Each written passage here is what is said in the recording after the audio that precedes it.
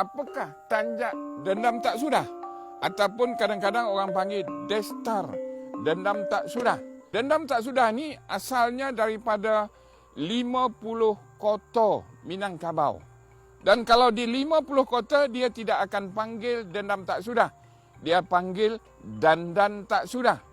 Maknanya dari segi perbuatan tanjak ini, perbuatan tanjak ini memang tak sudah-sudah.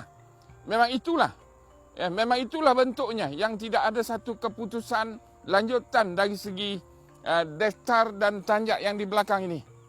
Dan tanjak ini dicipta di kawasan Tiga Batur, luak 50 kota. Dan pada peringkat asalnya adalah kepunyaan iaitu Tuanku Raja Besar.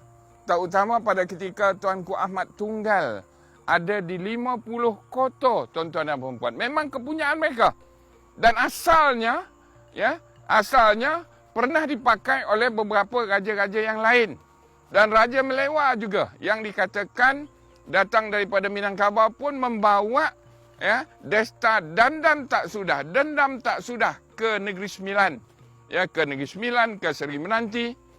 Tanjak ini adalah salah satu daripada alat kebesarannya.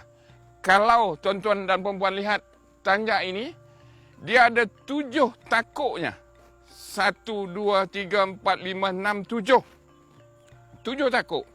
Kenapa ada 7 takuk?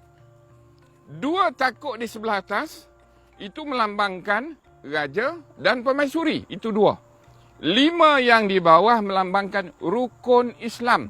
Jadi pentadbiran itu adalah pentadbiran adat bersendi syarak, syarak bersendi hukum, hukum bersendi kitabullah. Syarak dan adat bagai aur dengan tebing, bagai isi dengan kuku, bagai irama dengan lagu, bagai mata hitam dengan mata putih. Itulah hebatnya falsafah destar dan tanjak dendam tak sudah. Pucuk di sebelah kanan itu adalah melambangkan raja. Raja yang dulu yang di-Puan pakai di sebelah kanan. Kalau rakyat pakai di sebelah kiri, lain tanjaknya, lain destarnya. Maknanya pucuknya di sebelah kanan. Pucuk di sebelah kanan itu melambangkan kekuasaan, melambangkan kuasa. Dan di sebelah kirinya ada lambaian kasih.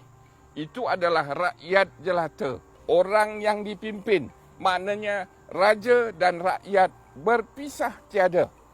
Persoalannya sekarang, dendam tak sudah, dandan tak sudah, cuma boleh dipakai oleh duli yang di-Pertuan, Tuanku Raja Besar, dan raja-raja yang saya sebutkan di peringkat awal tadi.